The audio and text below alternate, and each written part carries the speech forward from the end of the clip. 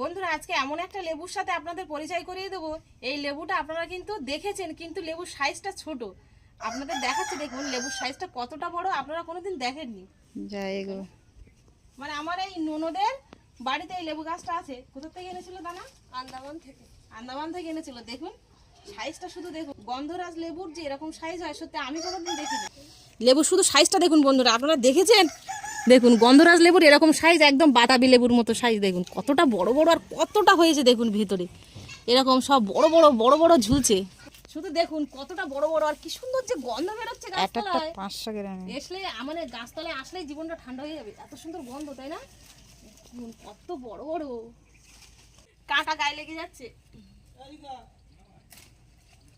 দেখুন খালি কতটা বড়,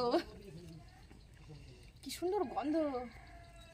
দুটো তুলেছি, এই দুটো তাই অনেক দিন রেখে রেখে খাওয়া যাবে। বন্ধুরা আজকে